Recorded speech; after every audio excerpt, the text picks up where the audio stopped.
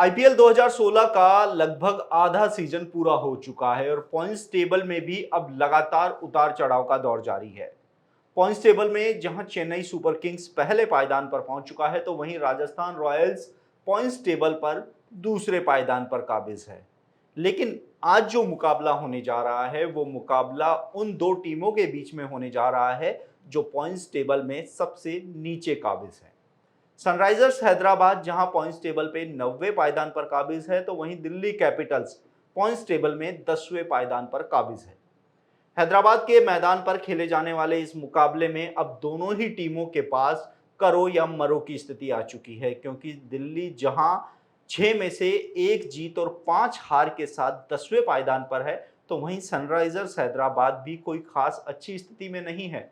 हैदराबाद की टीमों ने 6 मुकाबले खेले हैं, इसमें से उसको 2 जीत और 4 हार का सामना करना पड़ा है।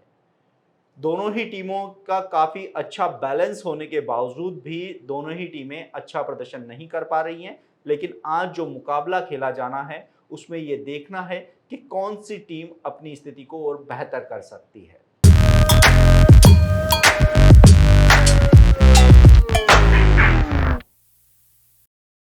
आप देख रहे हैं खेला हो बे और मैं हूं ललित वर्मा। और मैं हूं आदित्य अत्रे। बिल्कुल, आज का मुकाबला वैसे तो दो ऐसी टीमों के बीच में है जो इस आईपीएल 2000 जो 16वां सीजन है आईपीएल 2023 का, उसमें खास प्रदर्शन नहीं कर पा रही हैं। आदित्य, दोनों ही टीमें काफ़ी अच्छी हैं, लेकिन वो वैसा प्रदर्शन नहीं कर पा रही है जैसी उनके क्रिकेट प्रशंसकों को उम्मीद है। जी बिल्कुल, दिल्ली और जो सनराइजर्स हैदराबाद की जो टीमें हैं वो पायदान में नीचे से बात करें तो दिल्ली नीचे बिल्कुल 10वें पायदान पे पड़ी है और जो हैदराबाद है वो 9वें पायदान पर है। अब दोनों टीमों के पास खोने को कुछ ज़्यादा बचा है नहीं। आईपीएल का आधा सीजन खत्म हो चुका है। यहाँ पर अगर बहुत जोर लगा के भी अगर ये सारे मैच यहाँ पर अब ये दोनों टीमें अपनी जीत, दिल्ली की बात करें तो दिल्ली के पास अब बहुत मुश्किल हो चुका है। लगभग लगभग ये पहली ऐसी टीम है जो अब मुकाबले से लगभग लगभग बाहर हो चुकी है। लेकिन हैदराबाद के पास एक उम्मीद बाकी है। अगर यहाँ से वो पूरे मुकाबले जीतती है, फिर कुछ ऐसा हो सकता है कि वो प्लेऑफ की दौड़ में आ सकती है। और आज देखना होगा कि जो दोनों ही ये टीमें हैं किस तरह का प्रदर्शन करती हैं। दोनों कमजोर टीमें इस सीजन के अंदर मानी जा रही हैं और ये देखने वाली बात होगी कि किस तरह का खेल का प्रदर्शन एक दूसरे के खिलाफ यहाँ पर ये टीमें करती हैं और किस हिसाब से अब आगे का इनका। देखिए, आज का जो खेल ये लोग खेलेंगी, ये टीम खेलेंगी दोनों ही टीमें, उसके बाद निर्भर होगा कि आगे इनकी स्थिति क्या कुछ रहने वाली है। बिल्कुल आदित्य, दोनों ही टीमों की स्थिति इतनी बेहतर नहीं है, अच्छा प्रदर्शन नहीं कर पा रही हैं, लगातार हार का सामना करना पड़ रहा है। सबसे पहले हम बात करेंगे सनराइजर्स हैदराबाद की। देखिए, हैदराबाद की अगर बात की जाए तो हैदराबाद के पास काफ़ी अच्छा बैटिंग ऑर्डर है, बॉलिंग है, लेकिन इसके बावजूद भी वो अच्छा प्रदर्शन नहीं कर पा रही है। ओपनर हैरी ब्रूक चल रहे हैं, 2 मैचों में फ्लॉप रहते हैं, 1 में चल रहे हैं। राहुल त्रिपाठी का बल्ला शुरू में चला लेकिन अब नहीं चल पा रहा है। कप्तान मार्करम हालांकि ठीक ठाक प्रदर्शन कर रहे हैं। मयंक अग्रवाल का बल्ला खामोश है। इसके अलावा अगर बल्लेबाजी में बात की जाए तो अभिषेक शर्मा भी नहीं चल पा रहे हैं। बल्लेबाजी क्रम बेहतर होने के बावजूद भी वो प्रदर्शन नहीं देखने को मिल रहा। जी देखिए, शुरुआती इनके मुकाबलों की बात करते हैं। जब शुरू के 2 मुकाबले इस टीम ने सनराइजर्स हैदराबाद में खेले तो हार का सामना करना पड़ा। राजस्थान रॉयल्स और दूसरा जो एलएसजी के साथ मुकाबला था इनका, तो दोनों में ही इस टीम को हार का सामना करना पड़ा। लेकिन उसके बाद अगले 2 मैचों में कुछ अलग देखने को मिला। टीम के खिलाड़ियों ने, गेंदबाजों ने, बल्लेबाजों ने अच्छा प्रदर्शन किया और लगातार 2 जीत। पहला पंजाब के खिलाफ, बहुत अच्छी टीम है पंजाब, इस समय अच्छी बल्लेबाजी गेंदबाजी कर रही है। और दूसरी टीम है केकेआर, जिसके खिलाफ इस टीम ने जीत दर्ज की है। काफी अच्छा प्रदर्शन किया और यहाँ पर जीत हासिल की बैक टू बैक। लेकिन उसके बाद एक बार फिर से बैक टू बैक 2 मैचों के अंदर इनको हार का सामना करना पड़ा है। तो इनका जो कंसिस्टेंसी है वो लगातार बन नहीं पा रही है। उसको अब यहाँ पर रनिंग में लाने की जरूरत है। देखिए, हैरी ब्रूक की आपने बात की है, यहाँ पर आए टीम के साथ जुड़े और जुड़ने के बाद हालांकि पहले मैच में नहीं चले, लेकिन आईपीएल के सीजन का पहले सेंचुरी मारी, एक बड़ा स्कोर बनाकर टीम जीतती है। लेकिन उसके बाद फिर फ्लॉप हो जाते हैं। तो लगातार जो प्रदर्शन है टीम के बल्लेबाज हो चाहे गेंदबाज हो, वो यहाँ पर कर नहीं पा रहे हैं। आज दिल्ली के खिलाफ इनको मुकाबला खेलना है तो बेहतर रणनीति के साथ इनको यहां पर मैदान पे उतरना होगा, क्योंकि आखिरी ये चांस है। अगर यहां से अगर हैदराबाद की टीम हारती है तो फिर दिल्ली की तरह ही इनके लिए भी टूर्नामेंट में बने रहना बहुत मुश्किल हो जाएगा। देखिए, प्लेऑफ में की बात करें तो Chennai super Kings, Rajasthan Royals, दो टीमें हैं जो अभी टॉप पे चल रही हैं। तो लगभग लगभग माना जा रहा है कि 1 या 2 मैच अगर ये टीमें और जीतेंगी तो लगभग लगभग ये प्ले ऑफ के लिए हाँ क्वालिफाई हाँ। कर जाएंगी। बाद में दो टीमों का जो तीसरे और चौथे नंबर पे आना है तो उसकी दौड़ काफी लंबी है यहाँ पर। तो इन टीमों को जोर लगाना पड़ेगा। सनराइजर्स हैदराबाद को यहाँ पर कुछ अपनी बल्लेबाजी में कुछ बदलाव करने पड़ेंगे। अगर अब भी कुछ खिलाड़ियों को ये मौका देते हैं जिनको काफी टाइम से इन्होंने आजमाया नहीं है, मैदान के ऊपर गेंदबाजों को आजमाया नहीं है, अगर वो यहाँ पर इनको एक मौका देते हैं, क्योंकि पुराने खिलाड़ियों को तो आप मौका दे ही रहे हो, नहीं चल रहे हैं, जिस तरह से उनका नाम जाना जाता है उस हिसाब से बल्लेबाजी नहीं कर रहे हैं, गेंदबाजी नहीं कर रहे हैं, तो टीम के लिए एक बहुत ही परेशानी वाली ये बात सामने आ रही है। बिल्कुल आदित्य, बल्लेबाजी की हमने बात की, गेंदबाजी की बात करें, देखिए उमरान मलिक, भुवनेश्वर कुमार, इसके साथ ही वॉशिंगटन सुंदर और मयंक मार्कंडे, मार्को जैनसन। देखिए बॉलिंग अगर बात की जाए तो ये सभी खिलाड़ी अपनी टीमों के बेस्ट बॉलर्स में से गिने जाते हैं। तो ऐसे में क्या आपको लगता है कि जो बॉलिंग है, क्योंकि भुवनेश्वर कुमार स्टार्टिंग में स्विंग करते हैं, उमरान मलिक के पास स्पीड है, वॉशिंगटन सुंदर के पास वेरिएशन है, मार्को जैनसन है, उनके पास विविधता है, वो स्लोवर भी बहुत अच्छे डालते हैं, बाउंसर अच्छे डालते हैं, उनके पास गति भी है। लेकिन बॉलिंग कैसी रह सकती है आज के मुकाबले में दिल्ली के सामने? जी देखिए, मैं इस टीम की बात करना चाहूंगा तो बल्लेबाजी से अच्छी इनकी गेंदबाजी हो रही है, लेकिन बल्लेबाज टीम के लिए सपोर्ट नहीं कर रहे हैं, तो इसलिए कहीं ना कहीं जो गेंदबाजों को है कुछ जैसे कई बार वो ट्राई करते हैं तो वो मौका नहीं मिल पा रहा है। अगर विविधता आप जब तक गेंदबाजी में नहीं लाओगे तब तक विकेट मिलने की संभावनाएं काफी कम होती है, लेकिन अगर आपके बल्लेबाज स्कोर ही आपको खड़ा करके नहीं दे रहे हैं तो ऐसे मौके में फिर गेंदबाज के पास कुछ लिमिटेशंस हो जाती हैं। आप कुछ अलग ट्राई नहीं कर सकते, क्योंकि आपने अलग ट्राई किया तो उसमें विकेट मिलने का पूरा चांस होता है, लेकिन उसमें मार पड़ने की भी पूरे चांस रहते हैं। तो ऐसे में अब बल्लेबाजों पे पूरा दारोमदार है इस हैदराबाद की टीम का, कि बल्लेबाज अगर पहले बैटिंग करते हैं तो कम से कम 170, 80, 90 रन का टारगेट यहाँ पर खड़ा करें ताकि गेंदबाजों को थोड़ा मौका मिल सके। आप अच्छे काफी अच्छे गेंदबाज हैं भुवनेश्वर कुमार, नटराजन मुंबई के खिलाफ आपने देखा नटराजन ने काफी अच्छी गेंदबाजी की थी। यहाँ पर रोहित शर्मा ने जिस तरह से 2 चौके मारे उनको, फिर उसके बाद जो स्लोअर रन पे उन्होंने विकेट निकाला, तो देखिए वही बात मैं कह रहा था पहले कि अगर कुछ आप ट्राई करोगे तो विकेट मिलने की संभावनाएं ज्यादा रहती हैं। गेंदबाज काफी अच्छे हैं इस टीम के पास, अगर बल्लेबाज थोड़ा सा इनको सपोर्ट करते हैं तो ये टीम एक बार फिर से टूर्नामेंट में आ सकती है। बिल्कुल। सनराइजर्स की हमने बात की, दिल्ली की बात करते हैं। देखिए दिल्ली की भी सबसे पहले बैटिंग की बात करेंगे। डेविड वार्नर, सॉल्ट, इसके अलावा मिशेल मार्श, पृथ्वी शॉ, मनीष पांडे, दिग्गज काफ़ी हैं। आज के मुकाबले में क्या लगता है, वार्नर हालांकि अच्छा खेल रहे हैं लेकिन धीरे खेल रहे हैं, मिशेल मार्श का बल्ला खामोश है, पृथ्वी शॉ बिल्कुल नहीं चल पा रहे हैं, मनीष पांडे भी छोटी छोटी पारियां खेल रहे हैं लेकिन टीम को जीत नहीं दिला पा रहे हैं। पिछले मुकाबले में हमने देखा था कि अंतिम ओवर तक मुकाबला गया था, अंतिम ओवर तक मैच गया था, 128 रन का लक्ष्य था लेकिन वो भी प्राप्त करने में काफ़ी पसीने छूट गए थे। आज किस रूप में देखते हैं हैदराबाद के मैदान पर दिल्ली की बल्लेबाजी? जी देखिए, हैदराबाद का जो मैदान है हाई स्कोरिंग के लिए जाना जाता है और दिल्ली के पास ऐसे बैट्समैन हैं जो एक बड़ा स्कोर खड़ा यहाँ पर कर सकते हैं।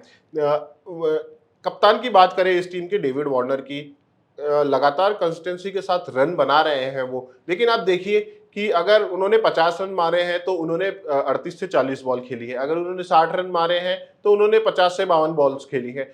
T20 नहीं है, T20 में इस तरह का खेल नहीं है।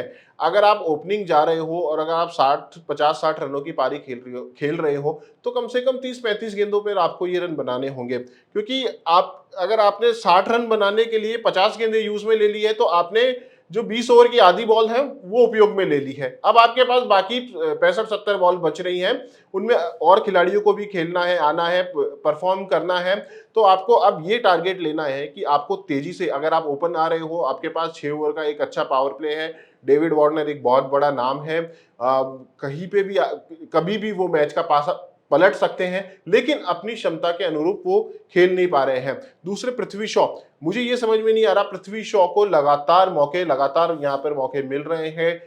एक अच्छा स्टार्ट करने की कोशिश करते हैं, लेकिन उसके बाद आउट होके चले जाते हैं। तो आपको अब या तो सरफराज खान जैसा बल्लेबाज आपके पास है, फिर सरफराज से आप ओपन करवा सकते हो। इसके अलावा भी कई आपके पास है, मिचेल मार्श भी आप ओपन कर सकते हैं, यहाँ पे कोई दिक्कत है नहीं। फिल साल्ट भी एक विल option सॉल्ट आपके पास बहुत अच्छे बैट्समैन हैं, यहाँ पर आप उन्हें ट्राई कर सकते हो। अगर रन नहीं बन रहे हैं पृथ्वी शॉ से, तो उनको 1 नंबर या 2 नंबर नीचे लाया जा सकता है। वहां पर वो अगर थोड़ी देर रुकते हैं, क्योंकि देखिए जो ओपनर बैट्समैन होता है उस पर दबाव होता है, क्योंकि 6 ओवर का पावर प्ले है, तो आपको टीम को एक बहुत अच्छे स्कोर पर छोड़ना होता है। 6 ओवर यानी 36 गेंदों पे कम से कम आपको 50, 55, 60 रन बनाने होंगे। दोनों ही ओपनर्स के जो कंधे हैं उन पर ये जिम्मेदारी रहती है। लेकिन आपने 2 शॉट अच्छे मारे, तीसरे के ट्राई में आप आउट हो गए, तो टीम प्रबंधन को यहाँ पर बात करनी होगी। पृथ्वी शॉ का अगर कोई ऑप्शन उन्हें नजर आ रहा है टीम के अंदर, तो उसको रिप्लेस करके किसी दूसरे खिलाड़ी को यहाँ पर मौका दिया जा सकता है। आदित्य, इस पूरे टूर्नामेंट की अगर बात की जाए, 10 टीमें यहाँ पर मौजूद हैं। मुझे कहीं ना कहीं लगता है इन 10 टीमों में यदि सबसे कमजोर गेंदबाजी आक्रमण है तो वो दिल्ली का है। नॉर्जे नॉर्जे के पास स्पीड है, लेकिन वो सबसे महंगे साबित होते हैं। अक्षर पटेल ठीक ठाक गेंदबाजी कर रहे हैं, पिछले मैच में ईशांत शर्मा को भी मौका दिया। कुलदीप यादव भी अपने जो उनकी छवि है, उनका जो कद है, उस अनुरूप प्रदर्शन नहीं कर पा रहे। तो आप मानते हैं कि दिल्ली की बॉलिंग इस पूरे आईपीएल में सबसे कमजोर कड़ी है जी उनकी? देखिए, कमजोर तो नहीं कह सकते हैं। आपके पास कुलदीप है, नॉर्जे है, मुकेश शर्मा है। मुकेश शर्मा चेन्नई, हमने पिछले सीजन में देखा था, चेन्नई के साथ खेल रहे थे, काफी अच्छी उन्होंने बॉलिंग की थी, काफी मैच उन्होंने जिताए थे। नॉर्जे साउथ अफ्रीका के एक जाने माने गेंदबाज हैं।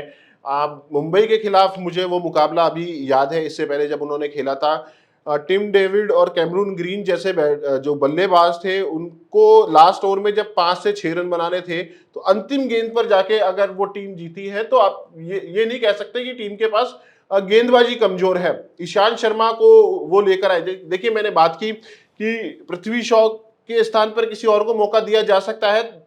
जैसे ही आपने ईशांत शर्मा को जिस तरह से मौका दिया है, उसी तरह से आप पृथ्वी शॉ की जगह भी किसी और को मौका दे सकते हैं। ईशांत शर्मा ने काफी लंबे समय के बाद वो टी20 या किसी बड़े मैच में यहाँ पर दिखाई दिए, आते ही शानदार गेंदबाजी की, और मैन ऑफ द मैच भी उस मैच के अंदर रहे वो।